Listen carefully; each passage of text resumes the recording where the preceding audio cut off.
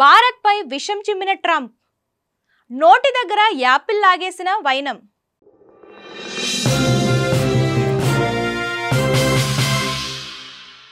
భారత్తో ఓవైపు స్నేహపూర్వకంగా నటిస్తూనే అగ్రరాజ్యం మరోవైపు విషాన్ని చిమ్ముతుంది. ఇదేం మొదటిసారి కాదు. డొనాల్డ్ ట్రంప్ అమెరికా అధ్యక్షుడిగా పదవి బాధ్యతలు స్వీకరించినప్పటి నుంచి ఏదో ఒక సందర్భంలో భారత్పై అక్కసును వెళ్ళగక్కుతూనే ఉన్నారు. ఇక ఇప్పుడు కూడా అదే పని చేయగా ట్రంప్ కక్కిన విషం మేక్ ఇన్ ఇండియాకు ఎదురుదెబ్బగా మారే అవకాశం ఉంది. భారతదేశంలో ఐఫోన్ల తయారీని విస్తరించాలన్న దిగ్గజ యాపిల్ సంస్థ ప్రణాళికలను అమెరికా ప్రెసిడెంట్ డొనాల్డ్ ట్రంప్ అడ్డుకట్ట వేసే ప్రయత్నం చేశారు. ప్రపంచంలోనే అత్యధిక టారిఫ్ అవరోధాలు ఇండియాలోనే ఉన్నాయంటూ తీవ్ర ఆరోపణలు చేశారు.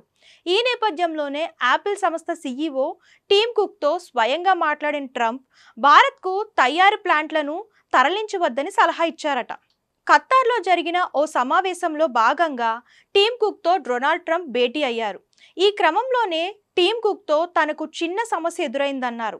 భారత్లో ఐఫోన్ల తయారీ కంపెనీలను నిర్మిస్తున్నారని, అయితే అది తనకు ఇష్టం లేదని చెప్పారు.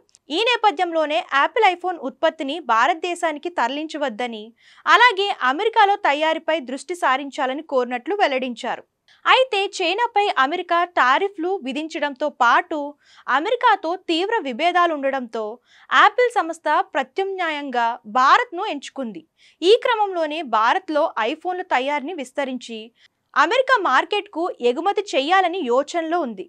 టాటా ఎలక్ట్రానిక్స్, ఫాక్స్కాన్ వంటి సంస్థలు ఇప్పటికీ భారత్లో ఐఫోన్ అసెంబ్లింగ్ చేస్తున్నాయి. అంతేకాదు అమెరికాలో విక్రయించే ఐఫోన్లలో ఎక్కువగా భారత్లో తయారైనవే కావడం విశేషం.